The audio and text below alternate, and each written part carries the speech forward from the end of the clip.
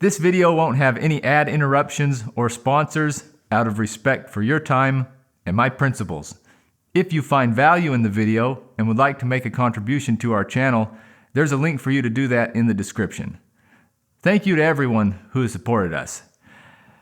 Today, I hope to finish assembling our 1990 CBR600 and then take it for a ride. Since I published the previous video, I've worked on it a little bit. I installed new levers because the clutch was broken and the front brake lever was missing. Once I had a front brake lever, I realized that the master cylinder was seized, but I was able to loosen it up with a gentle little tap. Now it works good.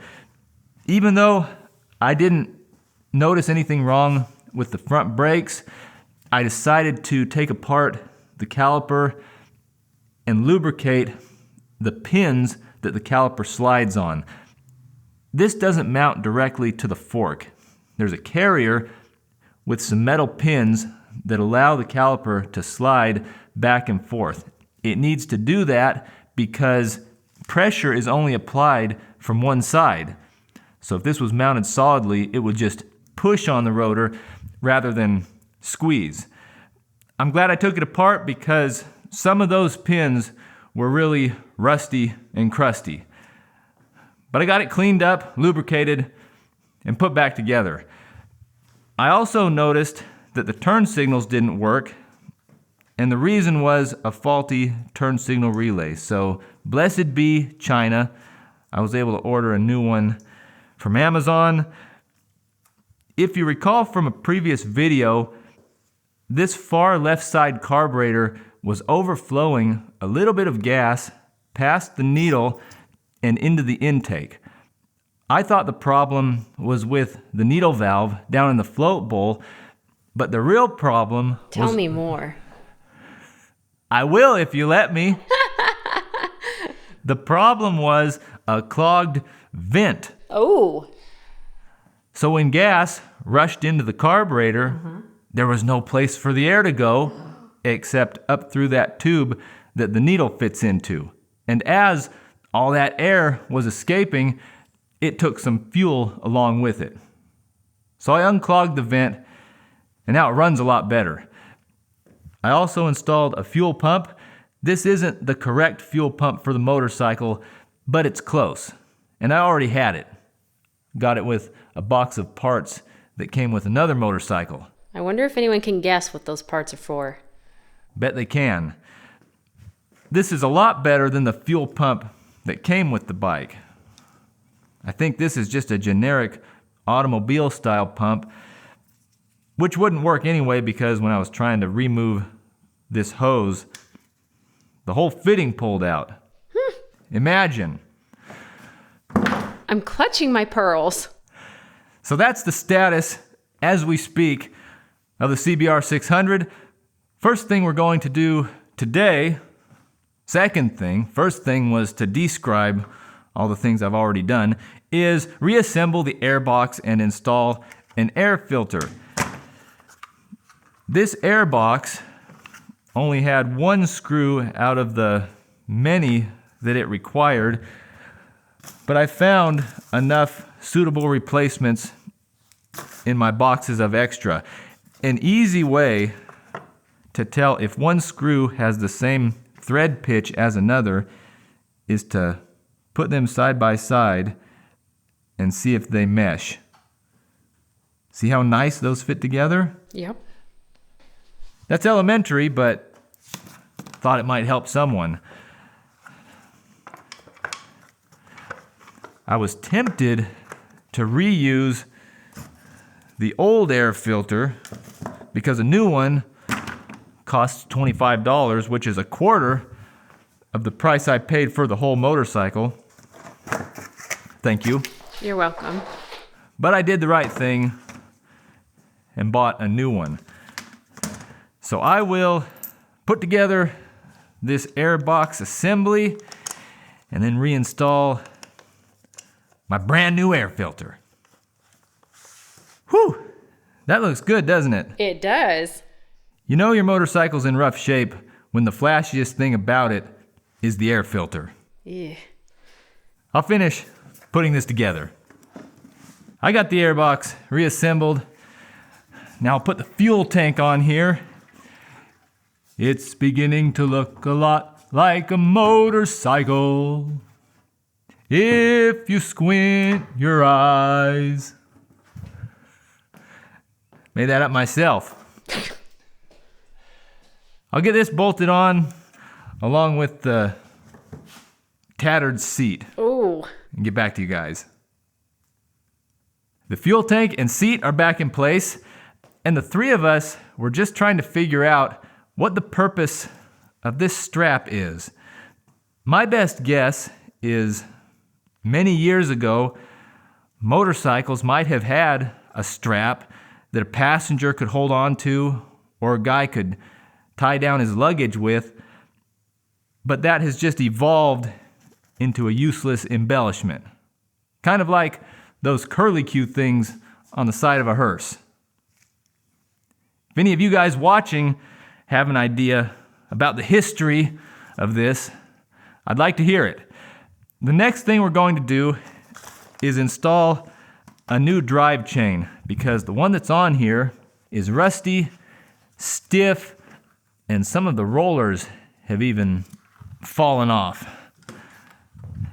So I don't think that's safe to use.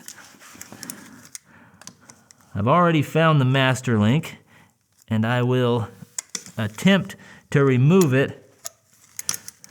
But if I start to fumble too much, just go ahead and swoop to completion.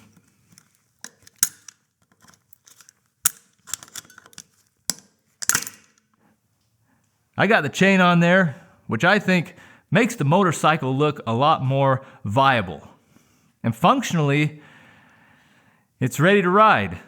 But before I try it out for the first time, I'm going to try to install these plastics, which may be a challenge because a lot of the mounting points are broken. And I'd like to fasten these on here securely enough that they don't immediately blow off with the first breeze that comes through that window. So I'll try to put these on.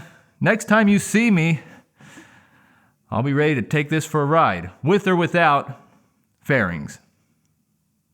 I had to resort to a few zip ties, but I got the motorcycle fully dressed in its plastic, except for the front fender. It didn't come with one when I bought the motorcycle.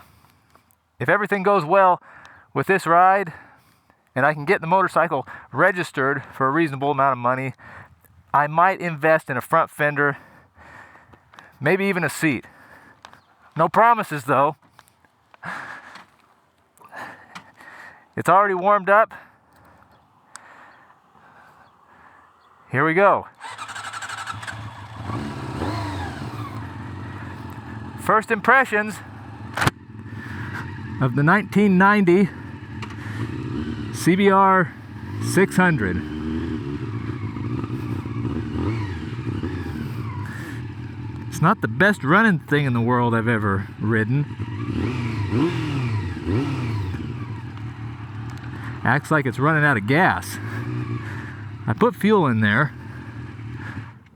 Well, this might be a short ride.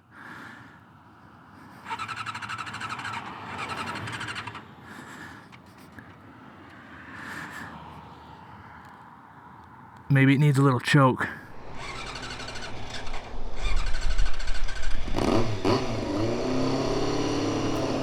Hooray!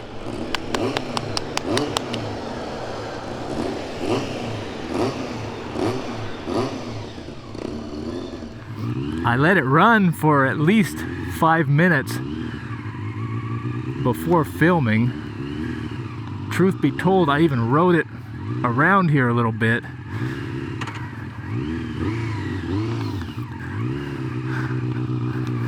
I'm gonna go for it.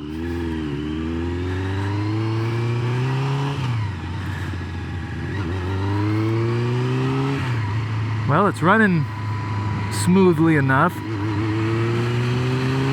This isn't the first CBR600 I've ever ridden. About a year ago, I was working on a 1998 CBR600, which was a couple iterations newer than this one. Really similar machine though. Similar power, 4 carburetors. Seems to be running all right now. Ooh, I feel a rattle in the front end. When I applied the front brake, I felt a shake in the handlebars, and I'm feeling it when I'm going over these little bumps too.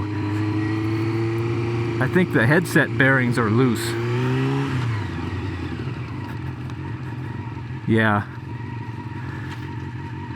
Whenever I pull the front brake, I can feel and maybe even see a little movement right here between the triple tree nut and the frame. I don't know if you guys can see that. I'm trying to keep my eyes on the road as well. Try to get a shot for you here when I pull the brake. Well, I don't know if you guys can see that, but there's some sloppiness in that front end. Now it's running good. Ooh, a little bit of power too.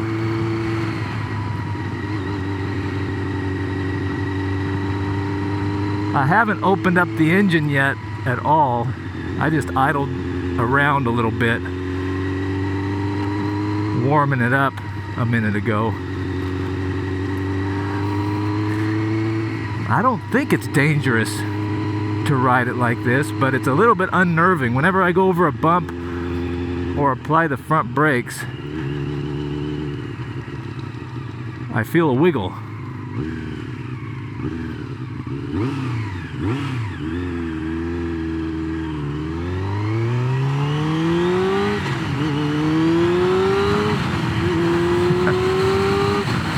Sounds nice. You can't see me, but I'm smiling. That is a good sound. It has a Yoshimura slip-on exhaust, period.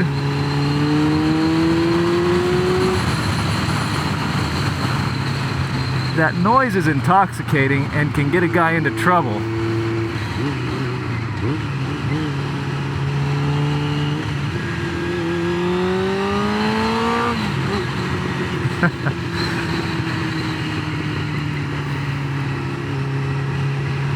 The engine runs really smooth,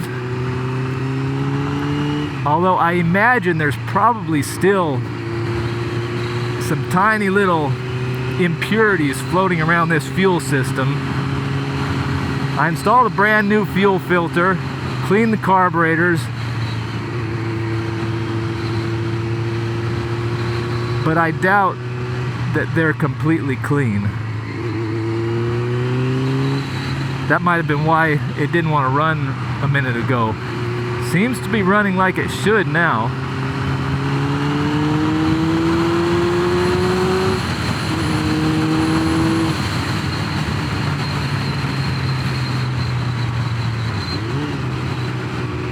Ooh, my temperature's high. That's not good. I don't know if that's accurate.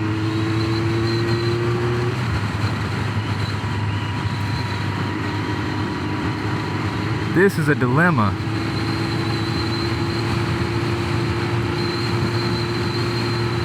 Might be coming down now.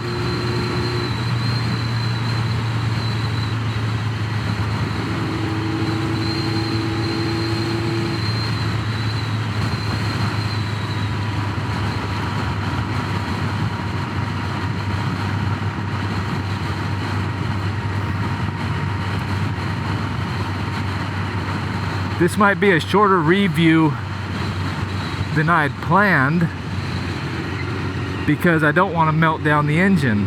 I'm wondering why it's even hot. I made sure there was coolant in there. Now it's coming down.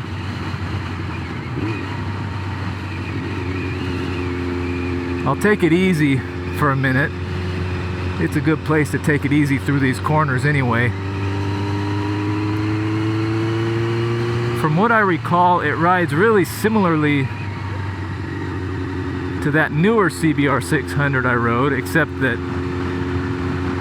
the front end was tight on that one. Seating position might be a little more upright on this bike, which I prefer. I was raised on dirt bikes, so an upright seating position is what I'm familiar with and what I'm comfortable with. I don't have a cell phone, and Jen is waiting for me at the destination, so I'll just idle my way down there.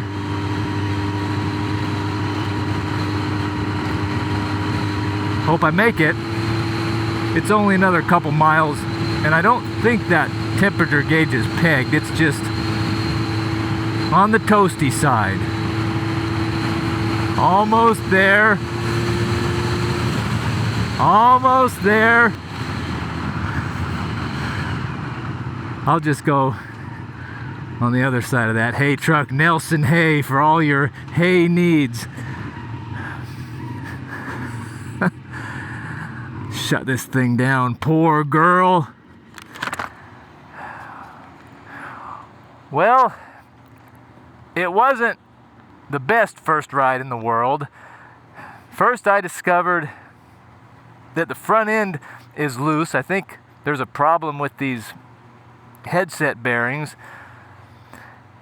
And then I noticed it was overheating. Oh no! Had to just about idle all the way over here. Oh no!